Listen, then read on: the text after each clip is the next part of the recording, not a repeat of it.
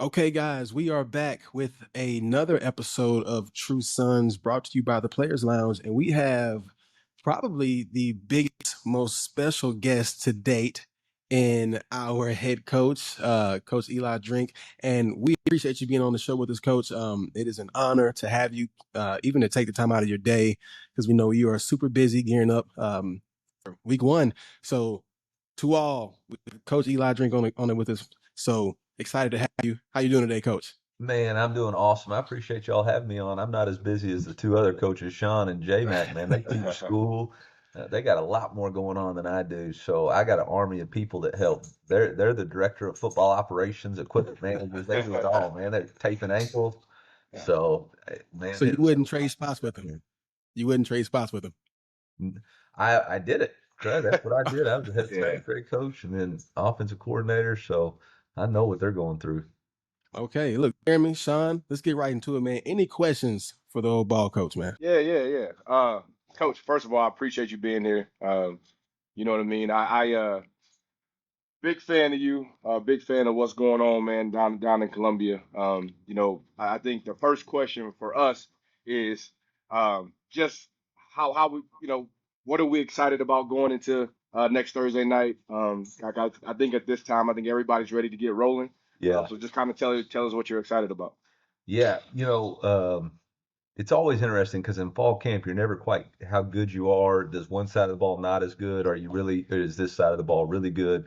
But I think overall, I'm really, really confident in our defense. I think our defensive depth, I think our elite players on that side of the ball is as good as we've had, especially at the defensive end position, at the safety position, and linebacker position.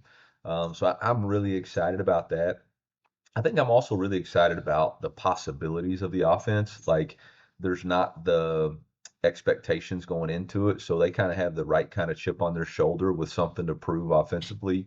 Um, losing the two starting guys on the right side of the line, having to kind of remake the offensive line, obviously having to come in with a new quarterback. I think it just gives us an opportunity to form our own identity and I've really been challenging these guys. Like, you get one shot at a first impression. What's our first impression going to be? When people watch the tape, are they going to be scared or are they going to go, okay, we can play with these guys? And, that's really the opportunity we have on Thursday night. Coach, man, you talked about your team having a chip on their shoulder. What about the coaching staff? We're talking about two back-to-back 10-win seasons, and then we head into this season and we're still unranked. Does that create any motivation for you all coming into this season, or is it, hey, business as usual? Yeah, I think it's a fine line there because, you always talk to your guys about ignoring the noise and don't pay attention to the outside. But then when you're not ranked, you try to use it as motivation. So I think it's a fine line there. I actually showed it to our team and just on the screen real briefly and just reminded them, hey, sometimes you look at your ex-girlfriend's Instagram page just to make sure she's not quite doing as good as you are, keep you motivated. But you don't spend all day on it. And so that's kind of the way we've approached it. Like, we're aware that we're the only back-to-back 10-win season that's not ranked. But at the end of the day, everything that we want to accomplish is really under our control. And if we'll go 1-0 this week, it'll give us an opportunity to be back in that conversation. If you lose, then you got to say to the haters, hey, good call. Honestly, that was a good call. Yeah, I think if you look at whether it's our coaching staff or our players, we're all kind of built the same. We've all kind of been overlooked or have something to prove or, for some reason haven't got the national attention, whatever it is. But, we try to keep some motivation internal instead of external. I've kind of had it backfire when I try to have my motivation external.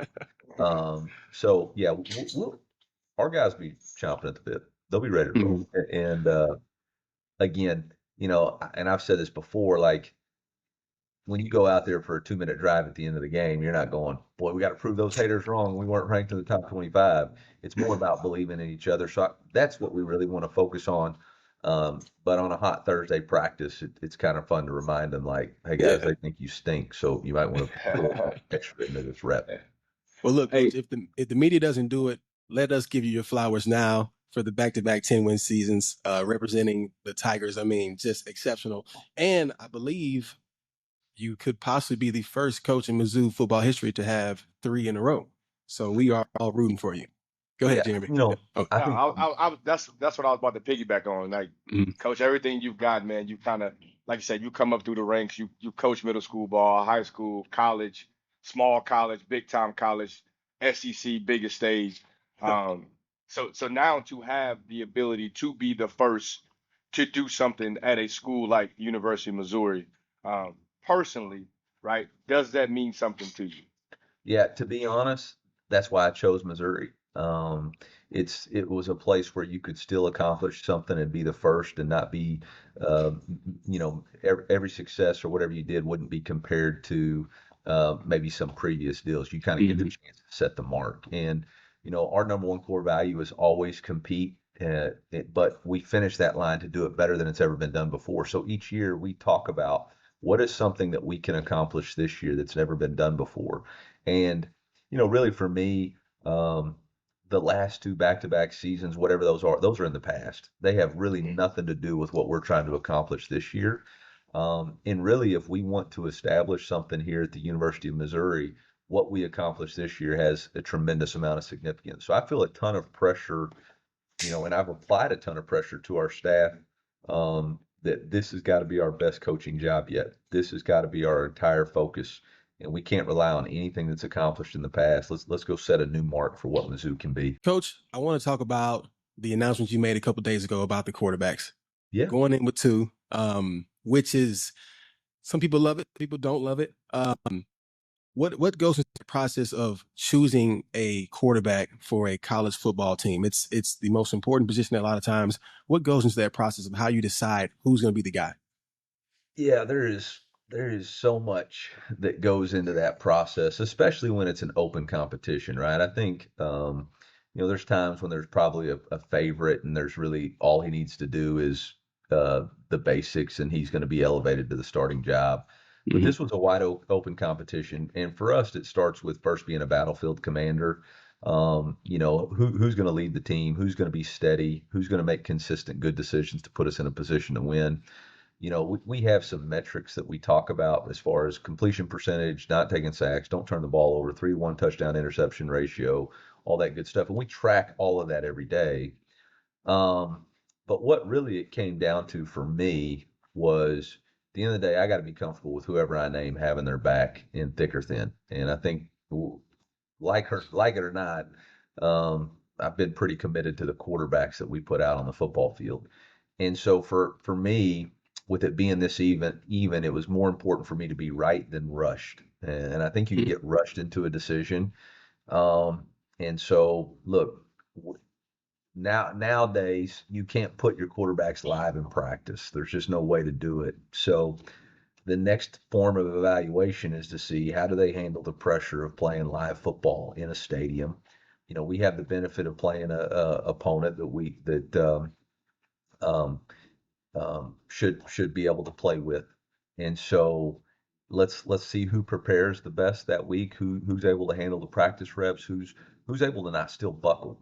There's something about a competition that who can endure. And so, I don't think either one of them was real happy about it. I think both of them felt like they should have been named the guy, which is what you wanted to hear. But like I challenged them, who's gonna falter at this point? Who's gonna let the pressure get to them? And if you felt like you should have been the starter, then why would you be concerned about getting to play another half of live football? Just go prove it again. So that's really what it came down to. But I think the biggest thing for me was I want to get it right. I don't want to be rushed. Coach, I gotta give you credit, man. I stole one of your lines. I heard Brady say it.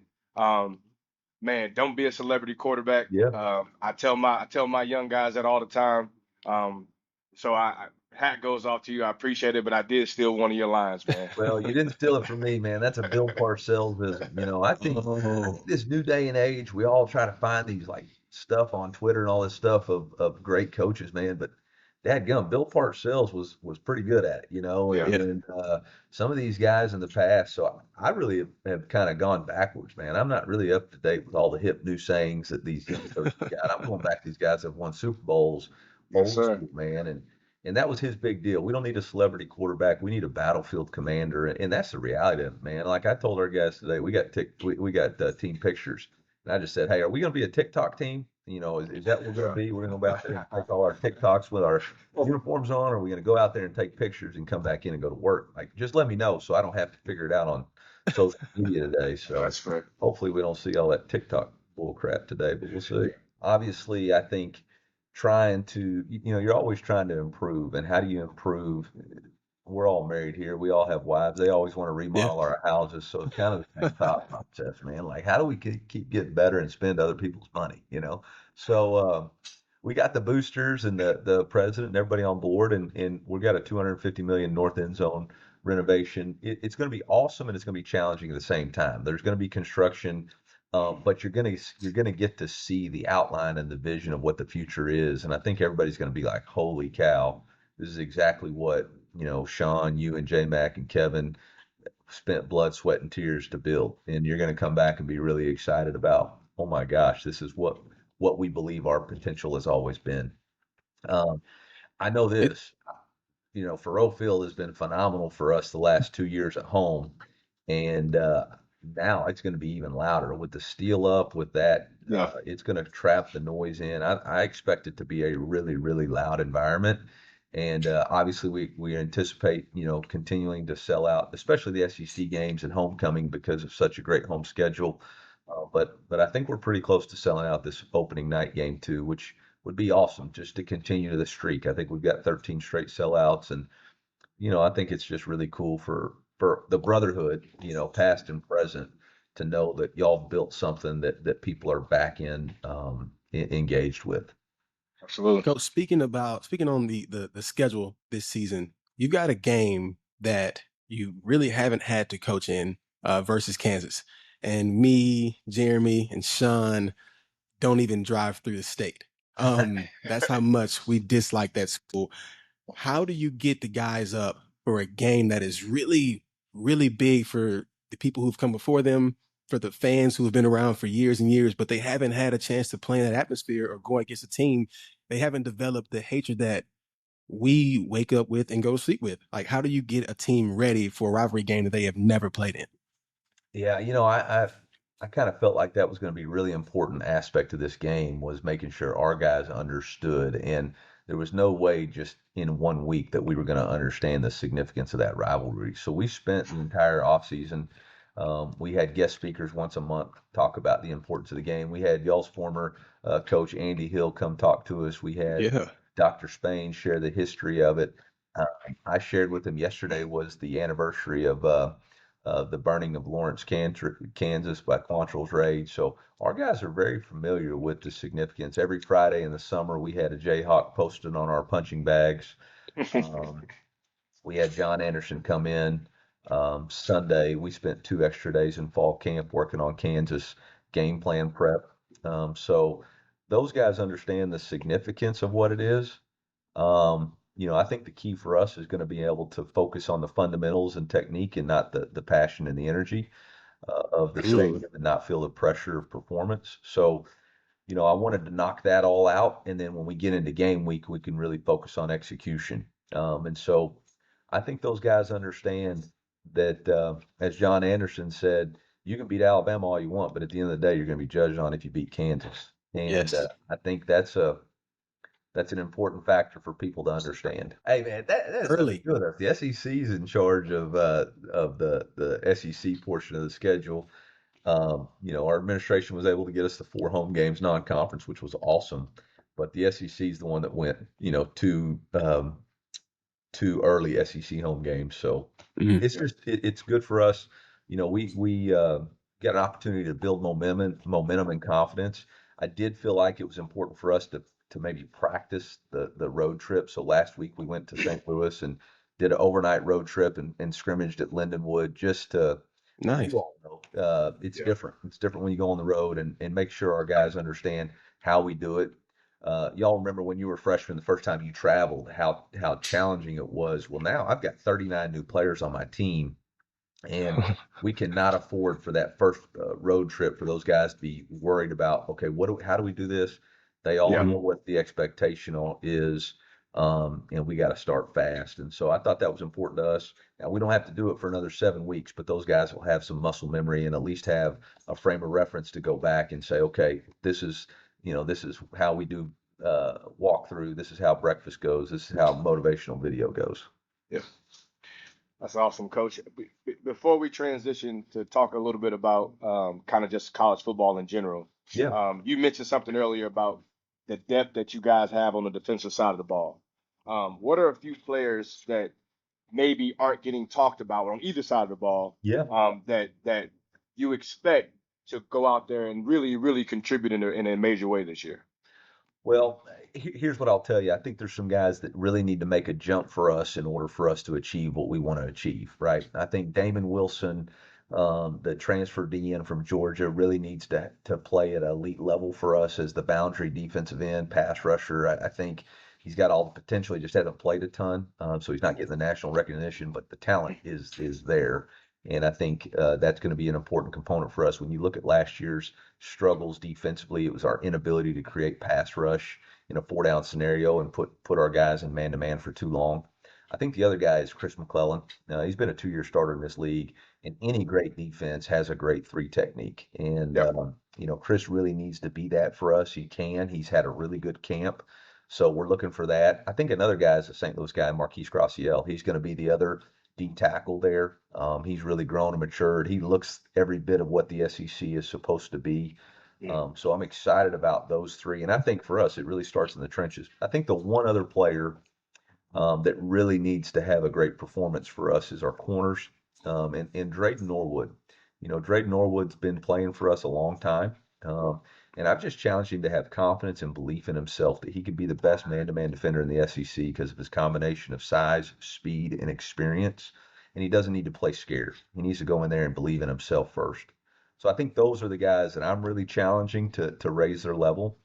On the offensive side of the ball, I think we're all going to be really excited about Josh Manning and Marquise Johnson Flash. I know Kevin Coleman's getting all kinds of, and he's got production.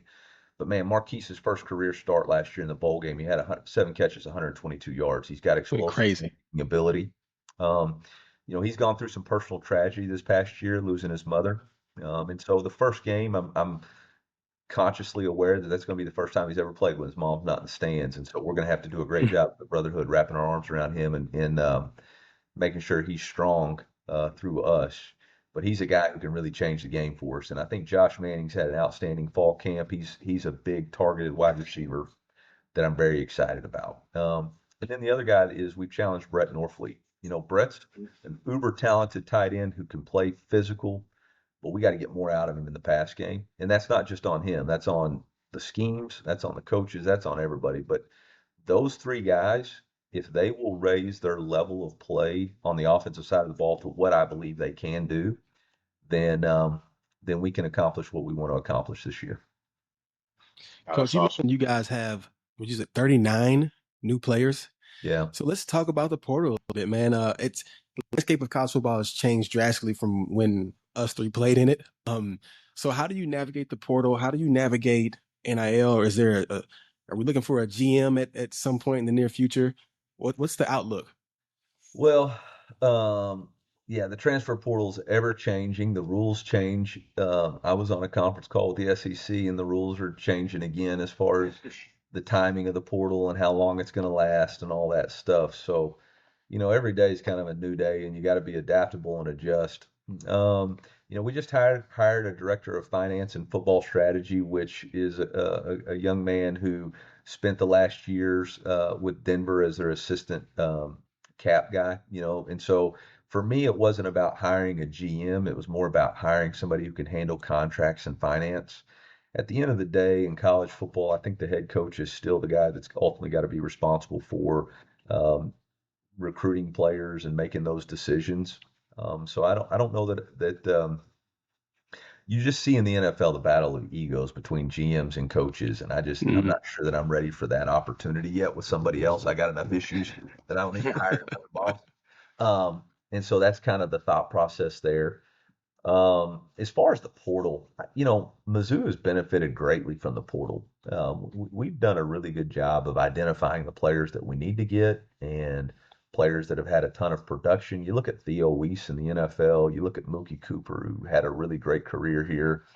You look at Kevin Coleman coming back, you know, Jaden Jernigan, Joseph Charleston, you know, Tyron Hopper, who's an NFL player. All these guys these last 3 years that have transferred in, you know, for a new opportunity, I think it's been awesome. Now, we've lost our fair share too, you know, and that's the unfortunate part. But when you lose one, you get an opportunity to bring somebody in, and I think the one thing that I've grown and learned from is I used to get all nervous and sick to my stomach when somebody chose to go in another direction, but I've kind of embraced it that life's a journey, and if guys don't want to be here, that's okay. There's going to be somebody that does want to be here because this is somebody's bucket list item. You know, somebody wants to come to Mizzou and live the dream. It's the best days of their lives, and we had a Navy SEAL come and talk to our team, and this really resonated with this year's team. And I think for me in the future is it's special because it's got an expiration date, and the opportunity to play college football, especially at the University of Missouri, is special. Yes. Because it's not guaranteed forever. And same thing how I feel as the coach. Like these are the best days of my life, and it's an awesome opportunity because it's not guaranteed forever. Love to hear it. Love to hear it. Jeremy, got anything else for me? Yeah. Just, quickly touch on playoff format. Yeah. Right? There's been talks about it expanding. There's been talks about it. I think somebody even said as much as 24 to 28 teams, kind of creating that March Madness feel. I know that's a lot tougher to do when you talk about football and the constant physical impact that it brings. So just talk to me a little bit about the current state, what you wish it was, and kind of what you foresee it being in the future.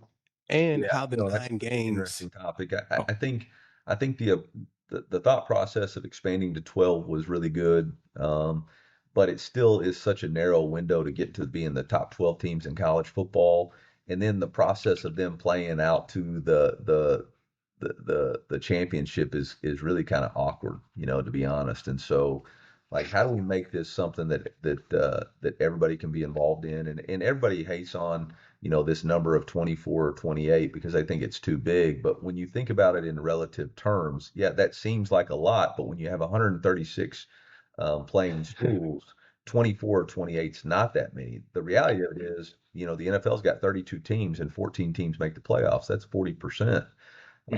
So I don't think we're stretching too far to say, hey, 24, 28. Now, I don't know. I haven't spent any time looking at the Big Tens. But kind of what I floated that had been floated to us is, the SEC having play-in games. So it wasn't necessarily, 28 teams make the playoffs. It was, hey, 1 through 8 match up. 1 plays 8, 2 plays 7, 3 plays 6, 4 plays 5. And the winner of that game advances to the playoffs, which then they'll play another opponent from another conference. And honestly, I kind of like that idea, especially when you're in the SEC, which was the toughest conference in football, and we just decided to add the 2 best brands in the Big 12, who happen to be 2 of the best brands in college football to us. And now it's 16 of the, it's a death grip match every weekend. Like, why not give us an opportunity?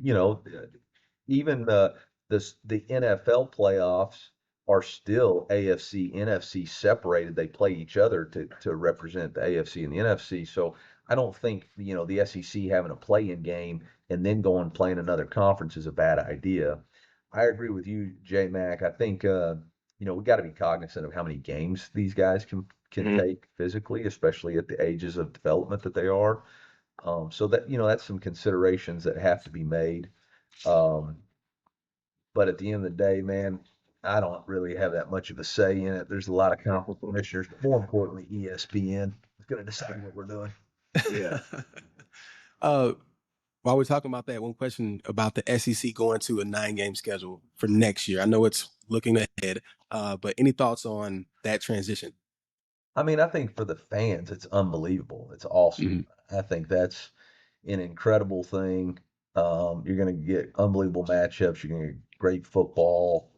So I think for the fans, which at the end of the day, this game is about the fans and the players. It ain't about coaches, administrators. It ain't about presidents and ADs. It's about fans and the players. So I think for the fans, it's a big win. I think for the players and the coaches now, it's a challenge. 'Cause that's a physical toll now that I don't think people understand.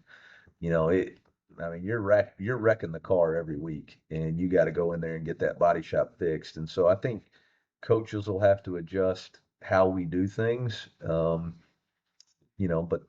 that's part of it. We always do. We'll figure it out. But man, 9 games, add no U in Texas, man. What's next? Preseason Chiefs. Yeah. Coach, look, our last question before you go.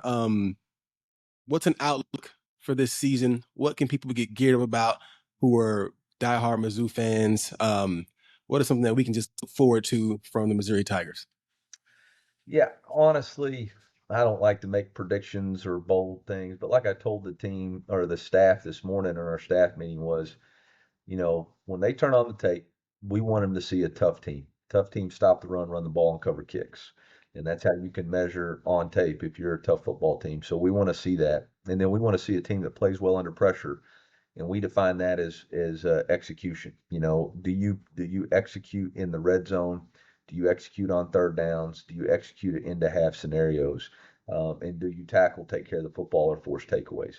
And so really for me, that's the identity of a football team that I want to coach that I think's got a chance to be successful. They got to be tough, and they got to play well under pressure. And if you have those 2 ingredients, you got a chance to do something really, really special. And we'll be tested. That they'll be tested along the way. Adversity is not. It's just a moment in time. So you get the chance to see how you're going to handle it. It's not a destination. It's just a moment in time. And so I think our team will be built for that adversity. But let's see if we can be that team. And I would just encourage the fans as they watch. Do they see a tough team, and do they see a team that plays well under pressure? I think for the last 2 years, except for a handful of games, that's what you saw. You saw a team that stopped the run the ball, and cover kicks, and a team that could play well in critical situations. And so that's what we're going to try to do again this year. And we got some extremely tough matchups, man. I mean, I think, it used to be that quarterbacks were in the Big 12 and the ACC, and the SEC was kind of a slugfest. Now the SEC is like a quarterback-driven league. I mean, you're talking about elite quarterbacks all over the place, and so we got some challenges ahead of us, that's for sure. Awesome. Look, Jeremy, Sean, and Coach Eli Drinkwitz, we appreciate your time again. It's been awesome. And from us 3, the Trusons, we are giving you our best wishes and prayers on an awesome season for Mizzou Tigers, man. Thank you again. Thank you, man. Appreciate y'all having me on here. MIZ. ZOU.